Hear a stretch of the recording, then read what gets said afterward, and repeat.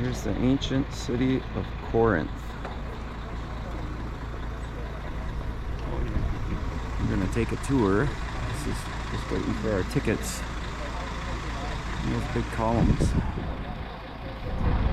What did they call that altar up there? The Brahma? Is that what they called it?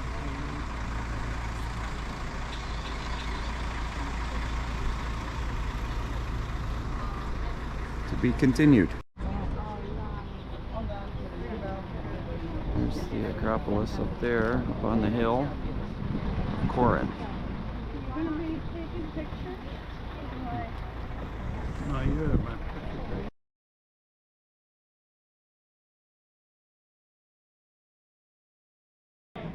This fountain is called Lafki, after the first wife of Jason and the Argonauts.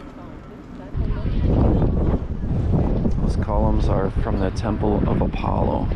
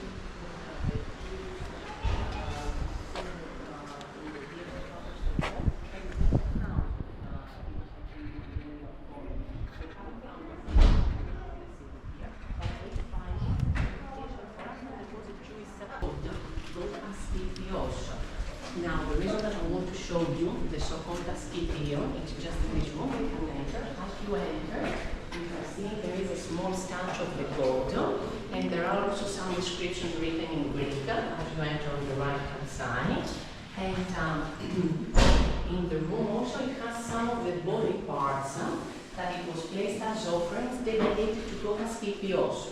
So a ritual that we have from the ancient times that it was connected with the healing god in the area here. There used to be on the side of the ruins of the theater where the buses stopped, and I told you there were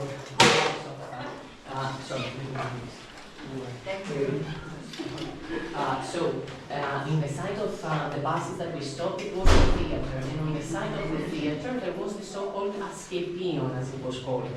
So God Asclepios, the god you can see as we enter on the right side in the small display case over there, it has a small figure of a statue sitting on his stool. It's a bearded man, and on his side there is also the snake. So God Asclepios, he was the healing god, and the people that they were sick, they were coming at the so-called Asclepion in order to ask from the god to get cured. And they say that when they were coming at the area here, they placed as offerings those body parts, arms, legs, chest, we have different body parts.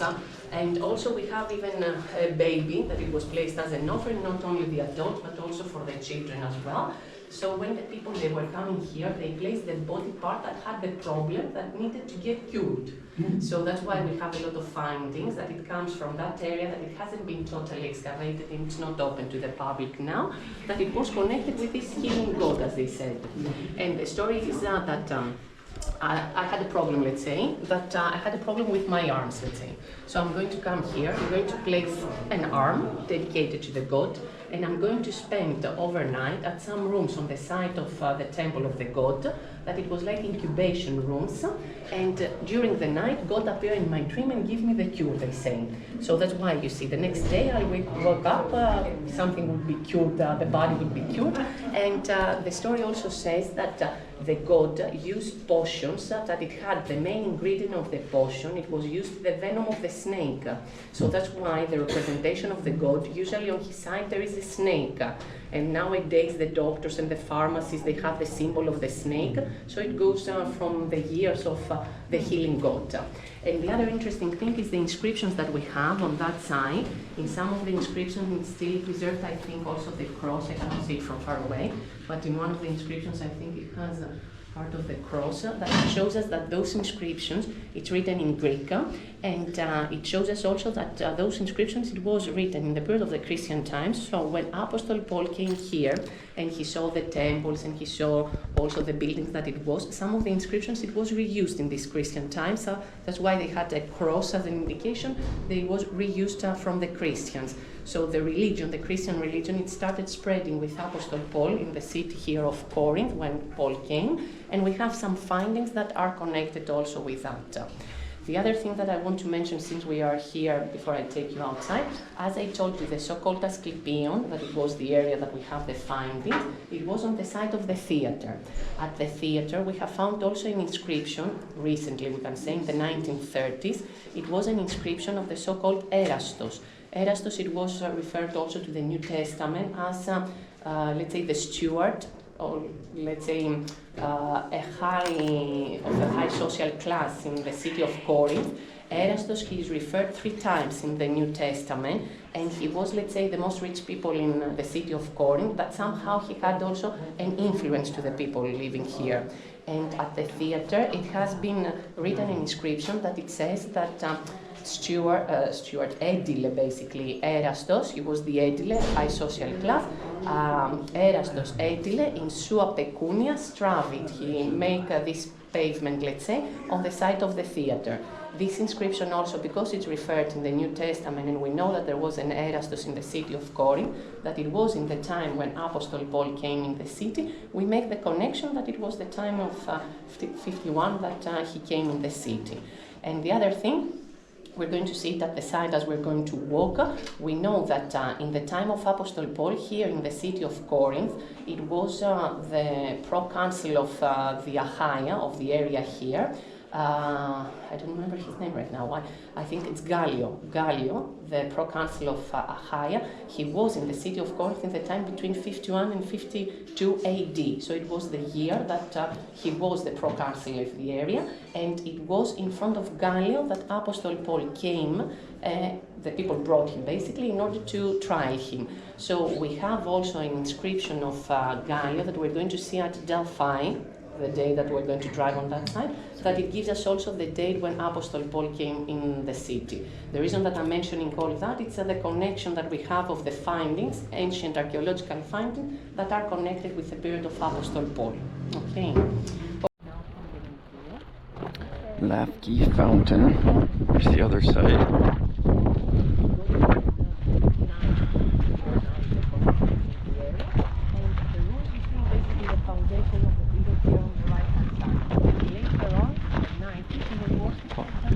Puppy dog. He's tired.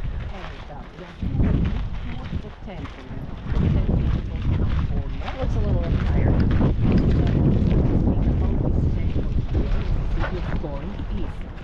All the columns of the ancient temple, it was constructed pieces by pieces, one above the other.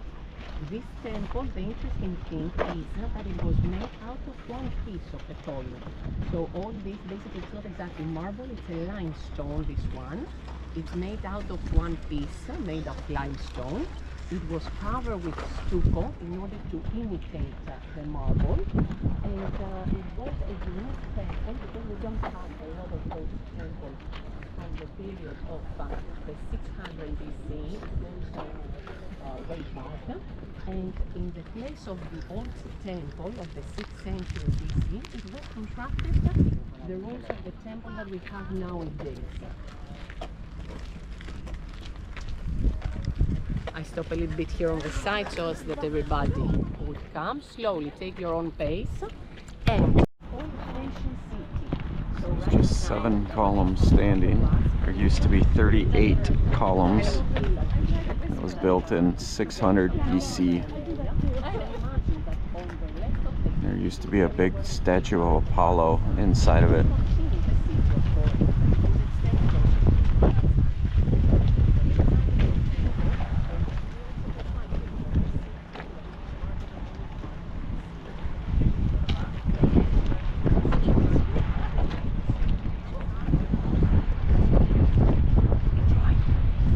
These are limestone. Did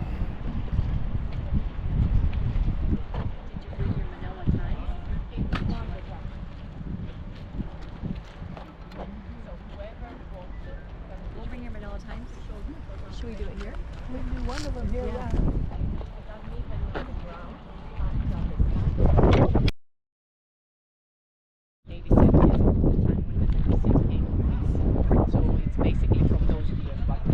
So down there where the people are, that's where they did the trial for Apostle Paul. Apparently he was whipped, flogged down there in front of, down where all them people are.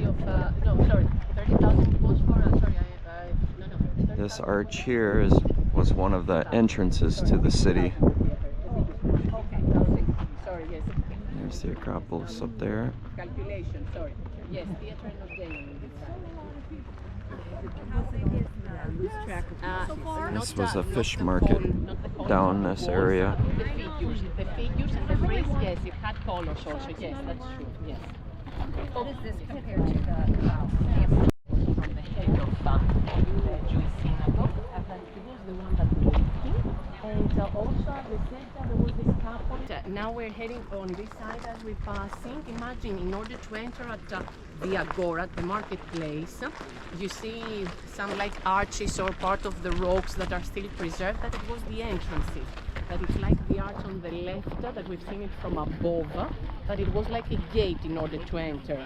So from the same way that we came here, there was another arch on this side in order to enter inside the marketplace, inside the Agora. So this was the forum in the period of the Roman times. Forum was the area for this trial. It's still preserved in some parts the old pavement of this court of the Agora. And imagine this was like a big court. In the ancient times it was also part of, in the court here they found also ruins of a stadium that it was used in the period of the Roman times. And also just now we're walking in the court, in the main court. On the side, on the left and on the right, it used to be buildings. It used to be like a stone. So you see what is left now, it's not all preserved. It's some of the foundations of the buildings, some of the top of the buildings, and they have placed it in one place. And I'm taking you in front of the altar that we call the Bema of Apostle Paul. But as I told you, as he was spreading the gospel, not all of them believed him, and that's why he was brought to trial.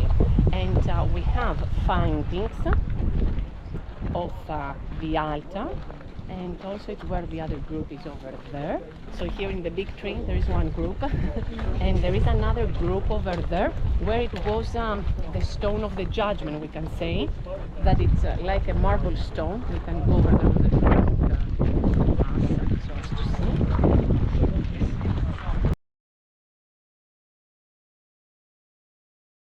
Over there in front of the holy, you see a marble stone that it was where he was lodged. So imagine it's not visible from here because right now it's the other side, I cannot to walk closer, but you can walk closer to see it. There are some holes on the side for the chains. So imagine Paul, he was sitting, he kneeled, okay, he placed his arms around, he chained him and they lodged him. So it was something like that, but now I cannot go closer to the other side. So on the top here